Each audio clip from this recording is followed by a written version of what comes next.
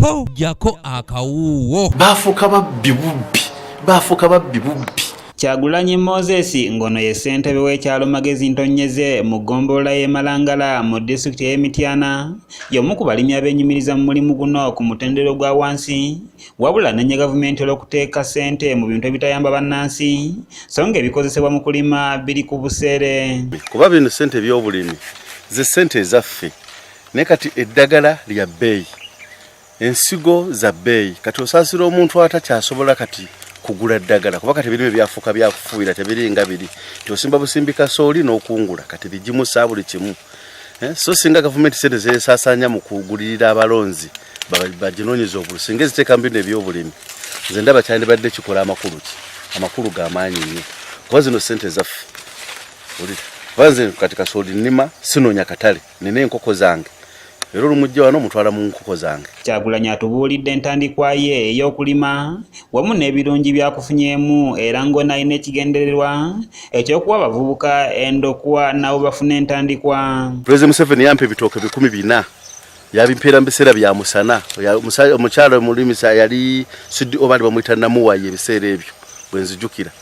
yaliwo ne bampa ebitooke bino nengena bwali butisuzi nengena nembufukirira mpaka season bwe yatuuka nengena ngambusimba kwe kulanga nsobodde okugenda nga njaza ensigo ey'omulembe eno okuba nga nsobola okufunamu ensuku bweziti sigula mmere ate nsobola okufunamu ekyokulya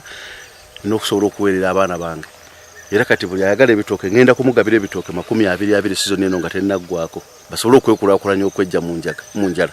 era nga chairman nateekawo enkola y'okugaba obummondo obuzungu nga mbawera bwereere bwe nkwendebe 5 era okomyawo endebe 5 aye nempa omulala. Ono awadde omukulembeze w'eggwanga amagezi okukka wansi mu bantu n'ekigendererwa ekirungi so si kugaba bugabi ssente kubanga baziwa bawunzika balidde ndye. Nze sa president yakkeko wansi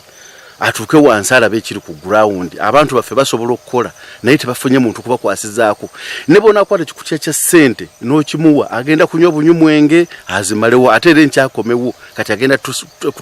kutusakirira mpaka ddi. Kyagulanyi aliko amagezi gawadde bannabyabufuzi obutamalira nnyo biseera mu kwogera obuwagezi kubanga bawunzika tebafunyemu so nga bali mu nnimiro bafunira ddala kiralu. So ennimiro osobola okugiteekateeka obulungi n'abaana bo ne bagisanga ate nabo ne bafuna ekyokuyiga naye ebyobufuzi gw'osaasaanya kuba kali mutuufu ebyobufuzi muvuzanyo gwa bagagga gwa kusaasaanya naye nze mbadde era nsaba bannaffe abasinga ab'ebyobufuzi badde mu nnimiro zaabwe kubanga abasinga bagenda mu byobufuzi nga balowooza bagenda kufunayo naye bakungula bafiiriddwa ebintu byabwe banka zibitutte nga baba banja ate abantu babasabiriza ovole besimbawo mpaka le bava mu byobufuzi ngere babasabiriza kati ogenda kuzijjangawa kati ogenda okakananga nawe ofuuse mubbi kubanga nawe onoonya zonaddiza abantu za kati abamu tebakyakwata masimu abamu abakyaye tebakyakwata masimu ga balonzi kubanga banoonya ekyo bagamba tebakirina. Ono aliko abantu ab'enjawulo bawadde emirimu era nga bano twogeddeko nabo ne batugamba nti kati basobola okwebezaawo. Osobola kufunamu ssente n'ofuna school fees abaana nawe n'osobola kwebisawo bulungi. Okulima kulungi kubanga okufunamu ssente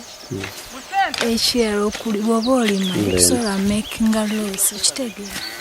omulimi takola loss. Kayanja Nyanzi yakusakidde eggulira erina okulwa ABS television. Nina okulima kuba kati eno season nga bwolaba yankuba muddo gye bava nti kinyamba olwokuba nti abakozi babeerawo nti bwobanga tosobodde kunyiikira wandisaze nga n'okuyita tolina wooyita olw'omuddo naye nga kyenkukakasa nti ssente zivaayo ez'emboga tezisobola kugaanirayo.